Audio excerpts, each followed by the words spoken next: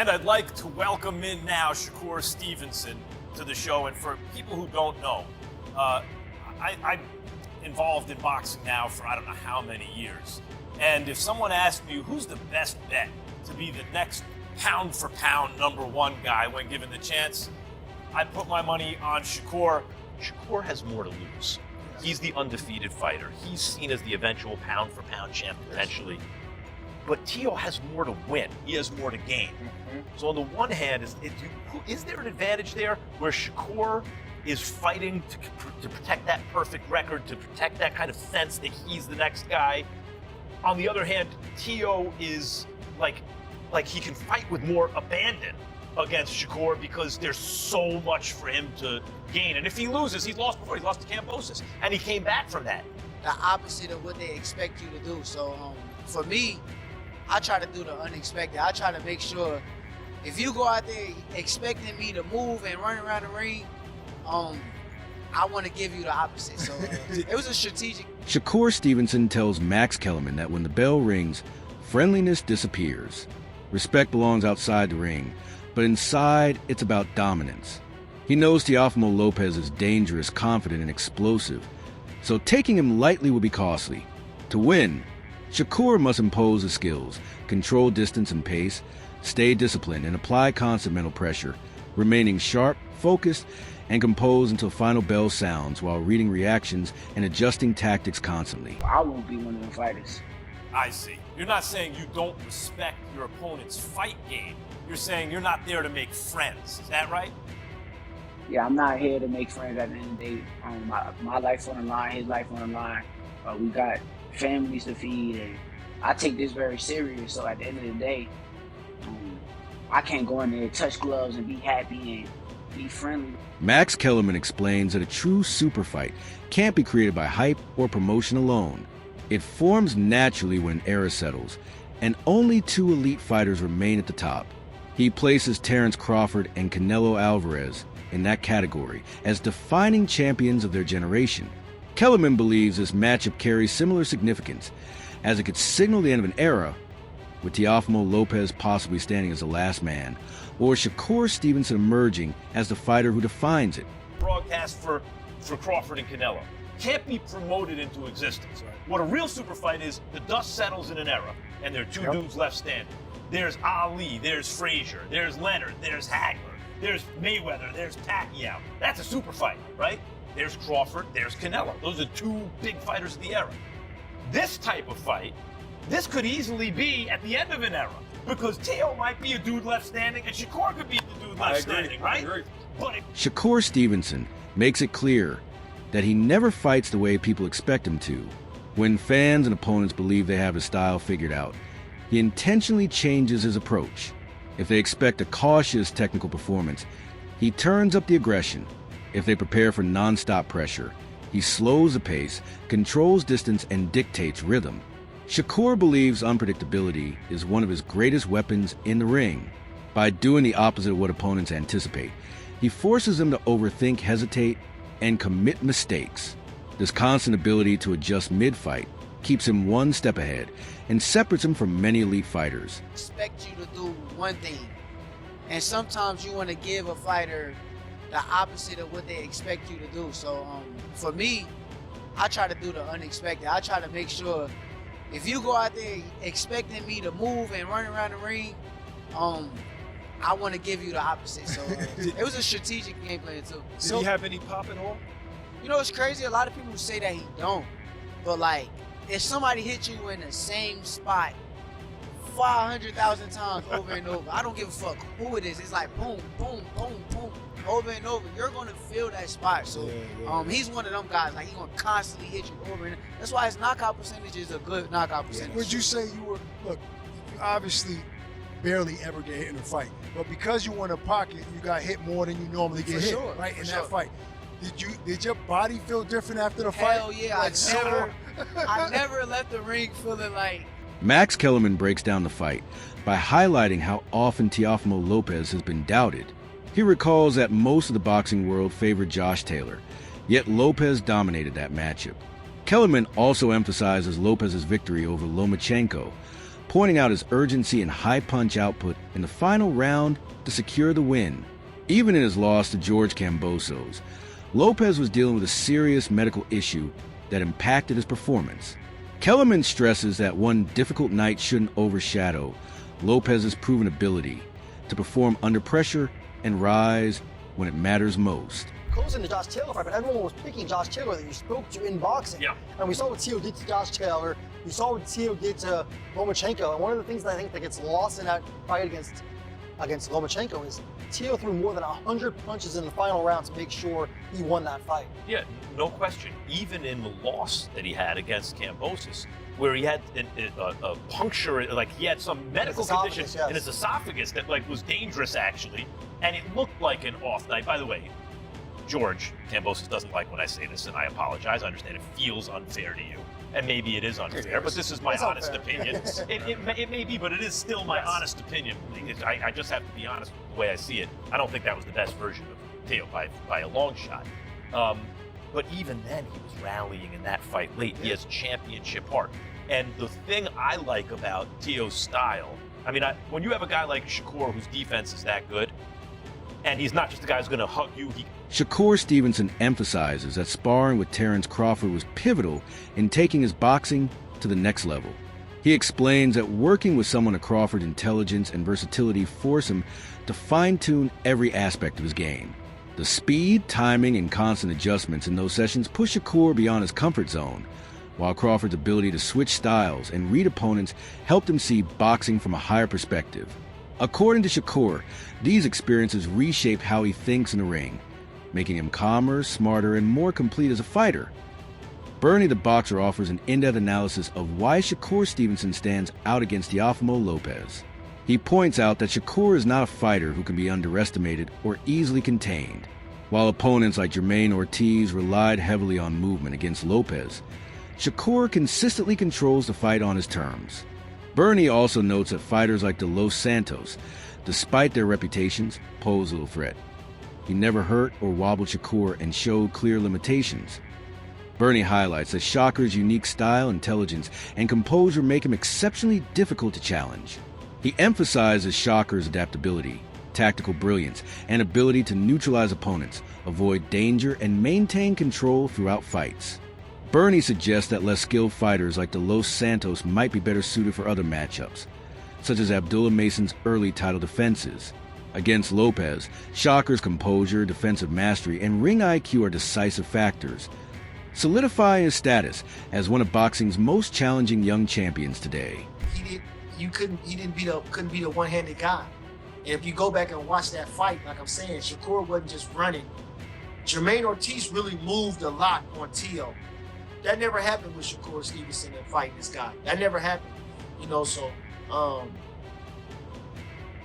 De Los Santos is De Los Santos. He got a reputation off of that. That boosted his reputation. I don't know why. He didn't do nothing to Shakur. He didn't wobble him, didn't hurt him, didn't do nothing. You know what I mean? And the man was one-handed. So, but shout out to De Los Santos. Like I say, I think he's more risk than reward. Actually, that'll be a great fight for Abdullah Mason in his first title defense. That'd be a great fight for him in his title defense. That'd be a good. They should use him for that instead of Joe Cordina. Yeah, Joe Cordina was rough too, though. I watched him against the kid from Fresno. What's the kid's name? I forget his name. They was pushing him, but he just ain't there. He took a lot of punishment. He probably need to go get a job. Gabriel Flores. Gabe Flores. Yeah, Gabe Flores. Yeah. Yeah. He from Fresno, or he from Sacramento. He from the Bay Area. Yeah. So I would say I would say that, you know what I mean? Because Abdullah Mason is the guy. I think he got a lot of potential. And like I said, him fighting a guy like De Los Santos is almost like a blood fight getting born in his first title defense. You know what I mean? So that would be a great fight for Abdullah Mason. You know what I mean? And he's more known than Joe Cordina. You know what I mean? And given the controversy that he's been in, you know what I'm saying, the way he's perceived is kind of feared. That'll be a great fight for Abdullah Mason. Damn, my boy Bernie said that's like Gamboa versus Crawford for his first title defense. That shit is fire. Yeah. I like it. Carlos Vargas, thank you for the donation shout out from the Bay who you guys got, Shakur or Shakur Stevenson? How does this play out? I don't know. Like I'm saying, I don't know. I don't know how it play out. I just want to see the fight. You think it's a 50-50? Shakur and Teo? Everything is a 50-50. Well, I would say 60, but I'm leaning towards Shakur for sure. I'm leaning for Shakur. I'm rooting for Shakur. So you think it's gonna be a close fight? Well, I don't know about how close. I don't know. I think it's gonna be a competitive fight. Let me say that. I think it's gonna be a competitive. Shakur Stevenson explains that pursuing greatness means facing anyone standing in the way. For him, fighting Teofimo Lopez isn't personal. It's necessary. He believes a true legacy is built by defeating the best available opponents. If Lopez stands in the path to the top, the fight must happen. Avoiding the challenge would only slow Shakur's rise to boxing greatness. Wait, that's how I look at it. Like, same way he probably feel about me, I feel the same way about him. He's in my way. I'm chasing greatness. But I wasn't in your way. You came up to my weight. Yeah, You didn't have nobody at 35. that's true. But you the guy, bro. You the guy. You 4 kings. You been the guy for But years. you the and guy on the years. pound for pound. I I'm not. agree. I agree. I understand. So how am I the guy if you on the pound But for you're the pound? guy, bro. You know you the guy, bro. I'm Theo. Yes. Yeah. You been the guy since, bro. You the guy. Well, I'm just telling you, But I don't. you're see, in my that's the way, thing. bro. I don't carry it that way. But you're in my way. The mentality is never going But to you're be in that my way. But you're in my way. So Oh. I gotta move you out my way. That's how I look at this. Nope. Nope. Ain't nobody taking food off my table. That's all I'm gonna say. I'll tell you this though, you bit more than you could chew. It's cool. You can feel that way. For sure. But come fight night, you gonna realize it's a lot different than being on the outside than being inside of it. That's Steve Austin. Roy Jones Jr. believes Shakur Stevenson is on the verge of greatness. He praises Shakur's intelligence, composure, and ring awareness, but notes that the final step lies in refining his footwork. According to Roy, improving movement and positioning will elevate him to another level. With sharper footwork, Shakur can dominate exchanges, create angles more effectively, and become extremely difficult to hit cleanly. Roy emphasizes that the greatest fighters distinguish themselves through attention to small details. He feels Shakur already possesses a mindset and skills, but enhancing his movement will allow him to control fights even more, turning close moments into dominant ones and transforming him from an elite fighter into a truly exceptional champion. If Shakur Stevenson's going to get slower moving up in weight or not, where Teofimo can hit him.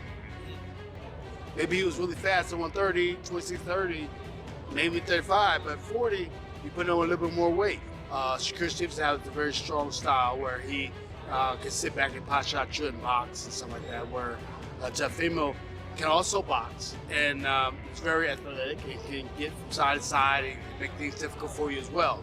So what style is going to impose on the other is what we want to see.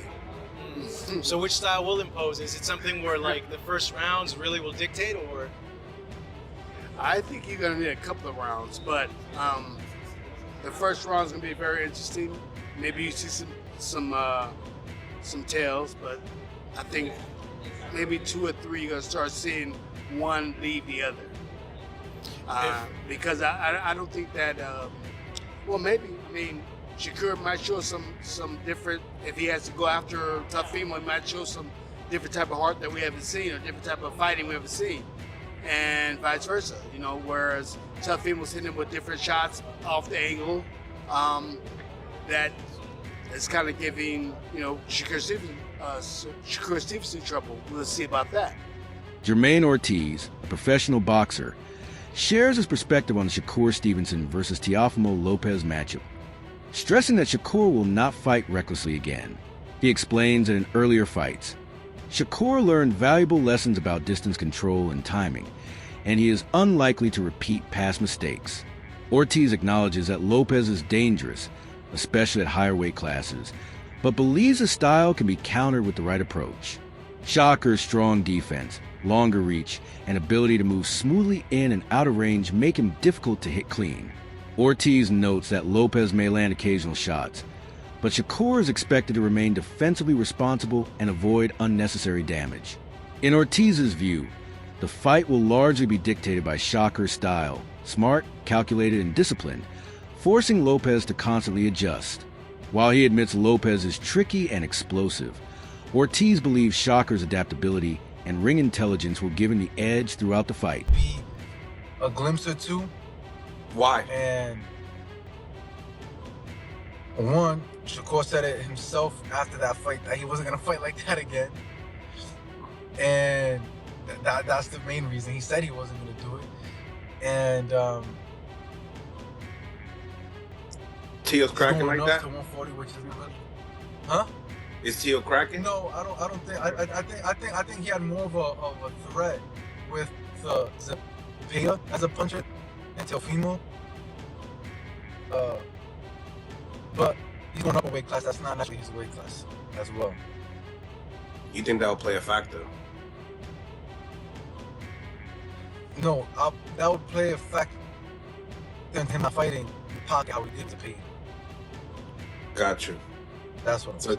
So yeah, because of the style, you feel like he's gonna be in and out, moving around, making sure that in and out, doing things that Teo don't like. He got longer arms. You know, I think he'll just keep him at bay. You know, Teo's a tricky fighter too, so I'm not saying that he can't, you know, slip in and catch him with a couple shots. But Shakur, I think he's gonna be defensively sound. He doesn't like getting hit, and I think he's gonna stick to that. You know, as far as Shakur is concerned and Teo, when you look at the speed, when you look at the timing, who do you feel like has that edge when it comes down to that? It could be separate. It could be somebody got the speed and somebody. The analysis points out that Teofimo Lopez, one of feared force at 140 pounds, remains explosive and dangerous despite past setbacks. He is particularly threatening in the early rounds, whereas athleticism and punching power can create serious problems. The matchup is viewed as a clear clash of styles, with Lopez's raw aggression and power facing Shakur Stevenson's superior boxing IQ, range control, and defensive discipline. Shakur is seen as a slight favorite, holding an estimated 60-40 edge, but Lopez has the ability to make the fight highly competitive if he applies smart pressure early and forces Shakur to engage. For Lopez, the main challenge will be avoiding old mistakes such as overextending, becoming predictable, or losing balance. If he can successfully cut off the ring and turn the contest into a physical battle, the fight promises excitement. Ultimately, Shakur's intelligence, composure, and defensive skills will test Lopez's ability to execute under sustained pressure. Can Teofimo hurt Shakur with one shot? Can you hurt him?